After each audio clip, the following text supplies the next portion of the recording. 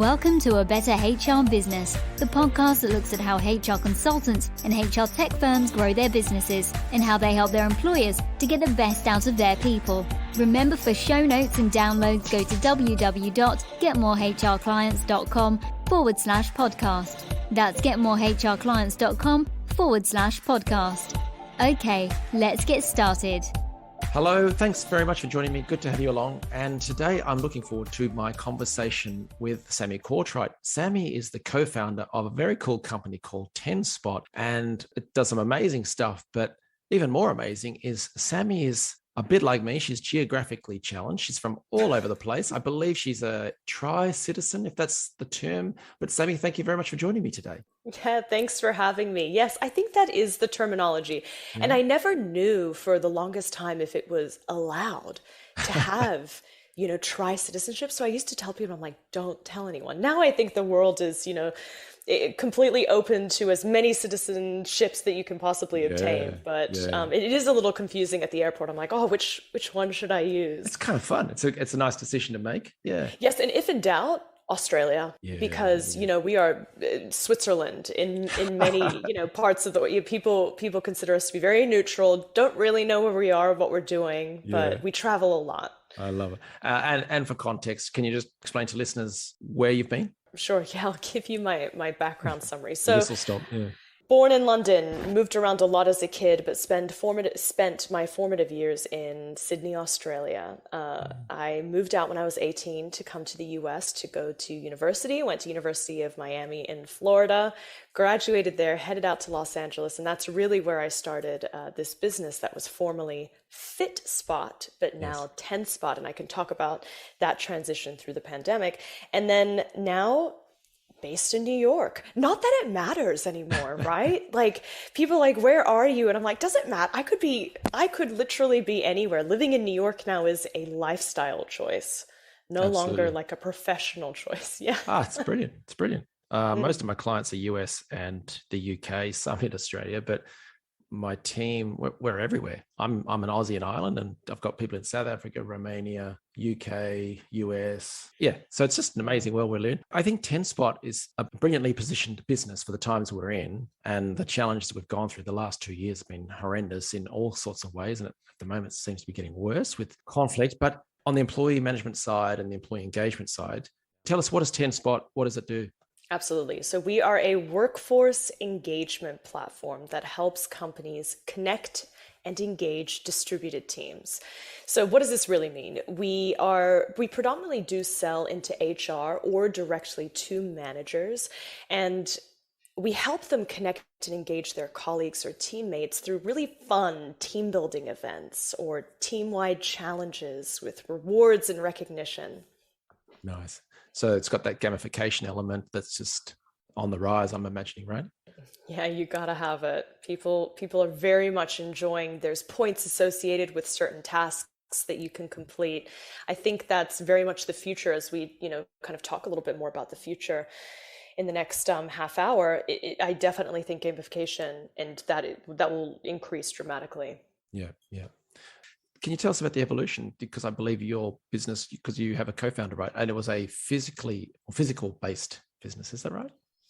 Yes. Pre-pandemic, we were a company called FitSpot, and we delivered scalable wellness amenities to companies nationwide. And so these could be anything from physical fitness classes to financial wellness courses to wine and paint nights, language classes, you kind of name it. We delivered these really unique community-driven experiences on site, being the operative word. So as you can imagine, cut to March 2020, and the world changed overnight, inevitably. And my co-founder and I sat down and thought, okay, if this is a 3 to 6 month thing, we can write that out, right? We should sustain our business and, see what we can do. We started then getting initial data from Asia and Europe, who was kind of getting the pandemic just a touch before the US.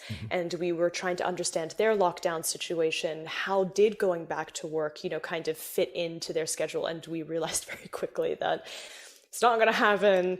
Wasn't going to happen anytime soon. So we decided to turn our business to 10spot, which is what it is today. And kind of with that evolution, we had several conversations with our existing customers and potential customers about what is the general sentiment? What problems and issues are you faced with today now that your team is fully distributed? Now in the future, it might be a little bit more hybrid, or it might be back on site.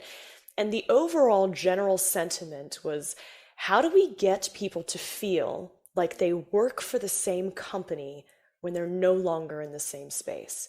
And I found that really interesting and a pain point that I wanted to, kind of solve for. Now, that does not mean that 10spot has completely solved that pain point yet. Of course, that's always like that big North Star that you want to go towards. But it really was the catalyst for our transition to 10spot. Brilliant. So that's the big picture. At the more micro level, what exactly do employees see when they, get registered, sign up, or start using 10spot? What are some examples of how it's used in the workplace? Yeah, absolutely. So hypothetically, you are the manager and you have purchased 10spot for your team. As an employee, hypothetically myself, I would log in and immediately see either a couple of team challenges that I could join. It could be a step challenge, a hydration challenge, or if I'm department-based, technology or sales, there could be a job-based challenges. And for sales, if you reach 100 cold calls by the end of the day or week or month, depending on what your quota looks like, there will be incentives for that. I can also see a couple of series of content that I can participate in with my colleagues. We call those watch together experiences. So taking a little slice of what FitSpot used to do with our on-site services and experiences, we now deliver content across several categories: eat, play, thrive, move, and chill. So as the manager, you would set up however many watch together experiences you want to have. The average is usually one a week, depending on the cadence and frequency. And the content can be 60 seconds long, all the way through to 45 minutes long, depending on how you like to use it. But then I would then join those experiences with my colleagues, and we could either learn a new language together. We could learn how to perfect our LinkedIn profile. We could do trivia, something just completely non-work related, and have some fun together. And then finally, there's rewards and recognition as well. So we found that a lot of the technologies available today around rewards and recognition was very much attached to milestones, which is and KPIs, extremely important, needs to happen. However, there's more casual, like, hey, thanks for helping out with that customer call. I really appreciate it. Thanks for fixing that bug. That really, moved things along. We noticed that casual recognition and shout out wasn't really happening. So we've built recognition into our platform. So me as the employee, I'd be able to log in and send someone a quick note.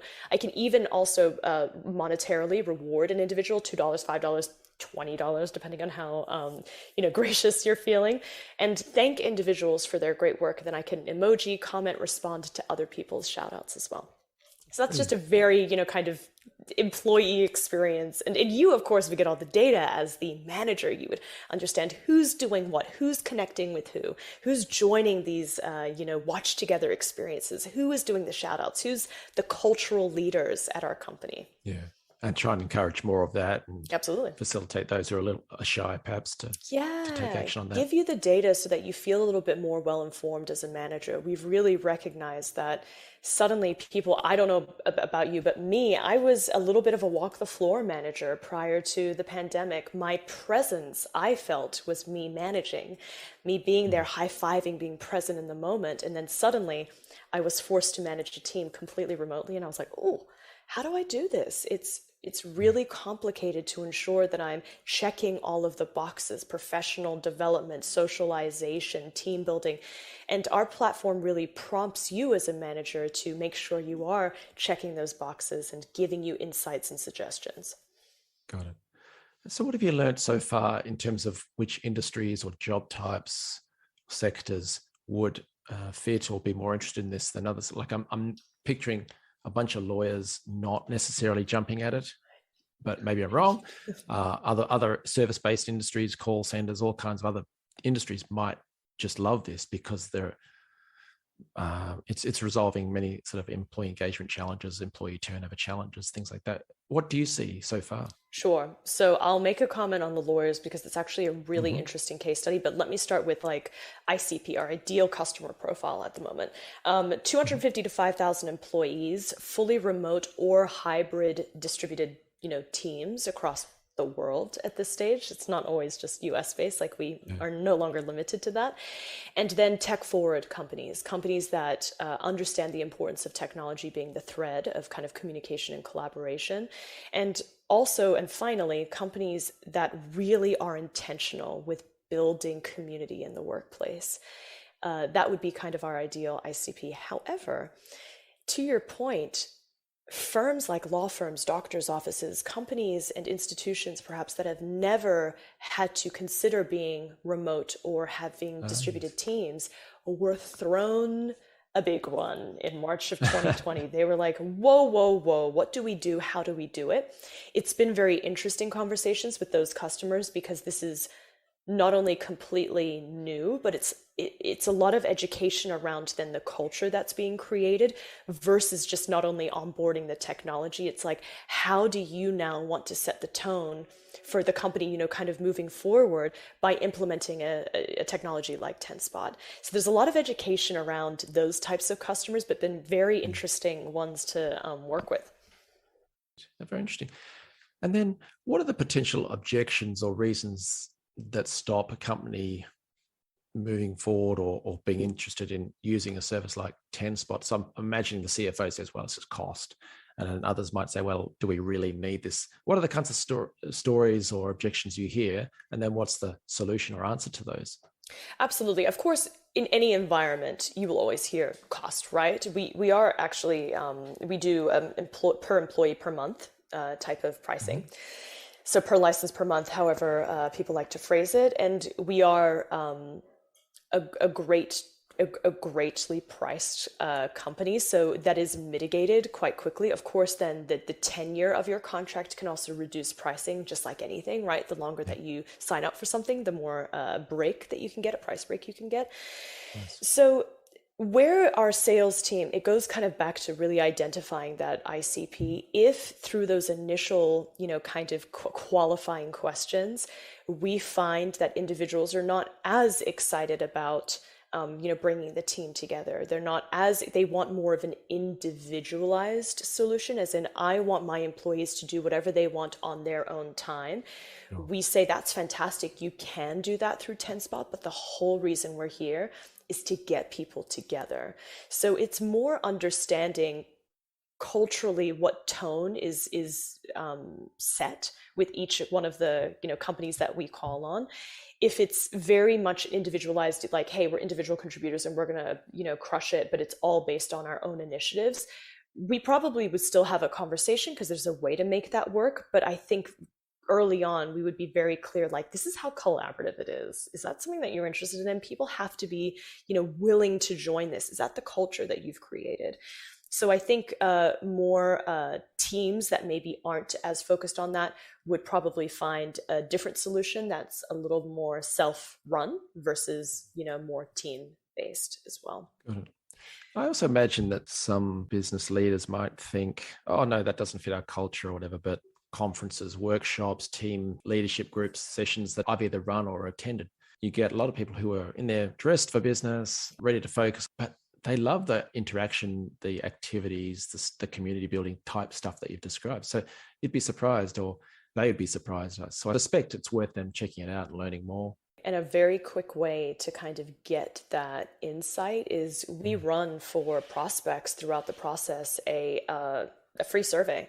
Send it out to your team, see if they're really interested in this, because it's all well and good that, say, you might not be interested, you individually, but you're purchasing for the company. So let's get a pulse check on that. And we give you all the data. It's regardless of how, if you end up moving forward with TenSpot or not, at least you're getting insights on, does my team want more team building activities and experiences to do together? Do they want more of a sense of community? Do they want to chat socially with all of these questions? And we just give you the information. And if the answer is yes to a lot of them, which to your point, it can be, then we're like, well, it's a no-brainer. Let's continue the dialogue. And if it's no, then we say it's just not the right fit, but here's all the data. Yeah. That's very smart. Very smart. Mm. Can I turn to the business growth? Because you started from scratch. So congratulations. What did you do in the early days to acquire new customers, and what are the plans for business growth going forward? So what are the methods and channels you might use? Sure. So we do have a sales team first and foremost, and they are responsible for majority of the sales that take place. We do have a pretty gnarly referral program for our customers as well. So we've found that, word of mouth is really beneficial. And we all do this. If you love a particular software or technology that you're using, you will tell people about it. And we have a great incentive for customers to do that. So that's been another great opportunity for growth. I have found we do have demand generation. So an individual that's responsible for digital ads, SEO, SEM, and all that wonderful stuff. That has been a great path for TenSpot to generate inbound leads, with ads and webinars that I run as well. On that note, press, webinars, case studies, white papers, establishing TenSpot as a thought leader in this space on the future of work and why it's so important to implement technologies, whether it be TenSpot or not, that kind of bring teams together. I have found that we get a lot of feedback around the thought leadership work that we do. It doesn't mean that they are immediately a customer. And in fact, we don't know if we even want that. We want you to learn something from TenSpot and make sure that we're a good fit before you, kind of move through the sales process. But we have found that thought leadership content to be really fruitful for customer growth and just engagement growth as well. The example you shared there earlier of the survey that you would share with prospective new customers, I think that's a genius idea. The webinars, do you think that they will continue because everyone's gone online? There's more online workshops and things like that. Is that a good thing for you? And how do you choose the topics, if so? Absolutely. We actually let our individuals select the topics. So we will send out an email blast to our email list being like, hey, here are the 3 things that we want to talk about. Are these the things that you want us to address? And then they kind of vote. And so people feel more invested in the topics that you're covering. It then also allows us to have a little bit more communication with the individuals that are participating in this. What are the problems that you're facing? How can we address that? So we have found webinars, and we do feel in the future absolutely that they will be a major part of TenSpot's success. And whatever medium that it comes in, I find that I've been making our webinars super short and sweet. They're like 30 minutes max. We bring either a co-host on, a guest on, and we just have a fireside, very casual chat about the topic that has been selected. And we've noticed that participants are then turning their videos on, their cameras on, and unmuting themselves. Yeah, and joining in the dialogue. Oh, I like this. And me too. And I never anticipated that previously. In 2021, our webinars were very much me sitting with a PowerPoint, clicking through some slides, being like, and this is why XYZ. Still very beneficial, and I try to keep it fun and lighthearted. But we removed the slides and kept it really casual. And I'm really impressed with the sense of community that's coming out of it. People are writing in all of their experiences with engaging employees, if that's our topic. And it's been really beneficial. So I want to keep that going. And I do think that it's a great opportunity for companies to connect directly with prospective customers, and a great recruiting tool as well, if that's what you're interested in. Great for employer branding. Yeah. You mentioned a customer referral program. Can external consultants, for instance, a reward and benefits consulting firm that might be in with large companies, can they act as a referral partner for TenSpot? Oh, I'm sure. Absolutely. That would be one that I would say, let's have a conversation about it. My email, and I know you'll put this in, sammy@tenspot.com. Should be an email, and I can't see why not. We love a good referral. Yeah. You mentioned gamification earlier. Maybe you kind of answered it in the sense that, is our culture ready for TenSpot and what it does, and ask them and find out. But some people might say that gamification is gimmicky or something like that. What are your thoughts on that, and how do you see it taking shape and being used?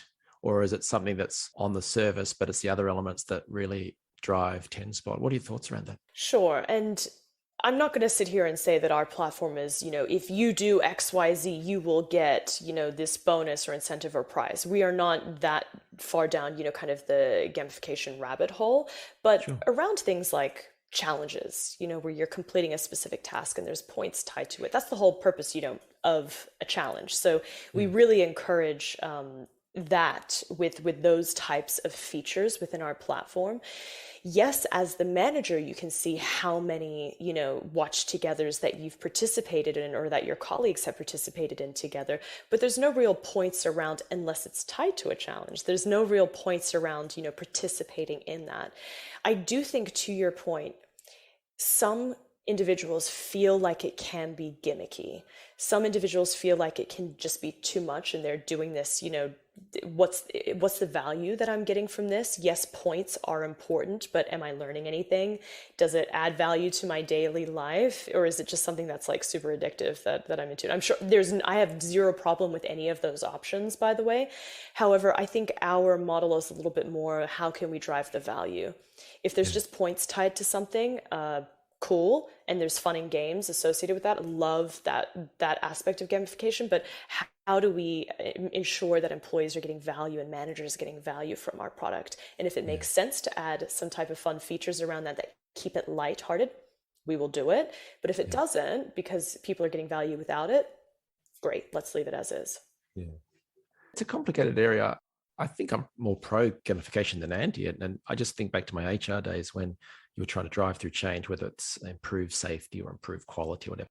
And if you think, let's put up some posters and then announce something at the weekly meeting for all staff, then that change will not happen. You've got to come at it from a multifaceted way and really drive change. But on the gamification side, I'm kind of seeing it as just one of the many strings to the bow that will help embed change or improve culture and things like that. And there will always be a percentage of people who love to have that sort of fun side and have the games or the points. And if that helps that group and others want to do things in different ways and take advantage of the community aspect, then great. I'm all for it. I could not agree more. And it's so interesting that you mentioned that. Over the weekend, I took several Uber rides, and every single driver, I was nearly going to tweet at Uber because it was so shocking. Every single driver said to me, I have 16 more rides to go, 5 more rides to go, 4 more, whatever it might be, to hit my weekend bonus. And I was like, tell me everything about this experience. And so I was using the Uber ride obviously to like kind of pick away at this whole idea of gamifying their rewards incentives. And they would drive until they reached it. I said, what if it's 4 a.m. and you're really, I will do the 2 more rides until. And I was like, wow, brilliant. And I saw very quickly that it absolutely works. It absolutely works for individuals. And, that's kind of human nature. We all kind of like a bit of a challenge. We like a bit of games. We like incentives. That's very much within our nature. So why not play into that and make, to your point, things that could traditionally be like absolutely monotonous, conversations, add a little bit of flair. Yeah, absolutely. I'm going to ask in a moment, just your thoughts on where the world of work's going. But just before I do that, you got me interested, the way you react to the Uber ride and getting excited by that. You're always looking at other businesses and what do they do? And you're sitting there in an Uber and you're suddenly talking about gamification or the way they incentivize behavior, things like that. Is that something you enjoy doing? Yeah, unfortunately, I just feel like it's in my nature. I'm sure it's terribly annoying. There's a salad bar in Atlanta that I went to, and I saw how inefficient their operations were. And I truly was just like, hi, I'd like to speak with the founder of this, salad bar and better understand. And she told me, she was like, oh, I want each person to connect with their salad maker, and that same salad maker walks that customer through the salad bar. And I was like, inefficient. Don't do it. There should be people at each stations. I don't care about the relationship that I have with the salad maker. Let's move things on. She was like, thanks for the feedback. And I'm like, oh no, I'm doing that thing. I've got to stop doing it. But I am 100%, to your point, one of those individuals that I don't think I can help myself. I'm extremely curious as well about how other people came up with that concept. Why did you make that decision? What information did you get in order to, kind of guide you down that path? And then how can we make it more efficient and better? I think it's great for a business leader to think like that. On the flip side, your salad will now definitely be much more expensive. But that's she's going to be like, never serve her again. Never come here again. Last thing before I let you go on that one is I recently saw the movie The Founder, which is a star as Michael Keaton, and it's around the formation of McDonald's, and fascinating movie, and all sorts of stuff goes on. But there's this amazing moment where he's got the 2 brothers, McDonald brothers, who came up with the first concept of the burger store. And they have a tennis court and they've got chalk. They've marked out the kitchen. Where's the stove going to be? Where's the salad going to be? All that kind of stuff. And then they bring in all their staff, and the staff mock the restaurant up and actually walk around just with their hands just waving about in the air. And then they realize, no, that doesn't work. So they scrub the whole thing out, redo it. It's just a fascinating thing. So if you haven't seen it. I loved that film. I've seen it a couple of times because, to your point, I'm always interested in the backstory behind, major franchises like that. And I feel like there was a story there that was not told. And I'm really glad that they did a nod towards that. Yeah. So before I let you go, you're already at the cutting edge of what's going on in employee engagement and that side of things. What do you see coming down the line in HR in the world of work? Sure. What I'm seeing a lot of now that I think will only be enhanced in the future is a very customized or personalized employee experience. And that's from hire through to retire. I think the way that people look for jobs is going to be highly customized. Ideally, AI can start scrubbing your resume and then seeing what's available and saying like, hey, in 12 years, you want to be a CMO or a CEO or whatever, department that you'd like to lead, or VP, whatever it might be. Here are several jobs that will get you on the path there. And then it'll, apply for you. And then that experience, the interview process and the communication will be so personalized and customized to you. Then the first day, the first 30, 60, 90 days, all the way through to, when you retire, I think will become, there is no one size fits all anymore. There is no blanket experience. I think it's going to become highly tailored to individual employees. And that is something that I'm really excited about. I also think work in general, like full-time employees, I'm already seeing this now, and I'd love to ask your opinion on this. I have several friends that have 3 full-time jobs that are working for several different companies. And it's because they're absolutely fantastic in their role, that they are efficient and they can scale their skill set, to handle 3 different jobs. The 3 different jobs don't know about each other, but they can make it work. They have either assistants or virtual assistants that help coordinate, which calendar is what.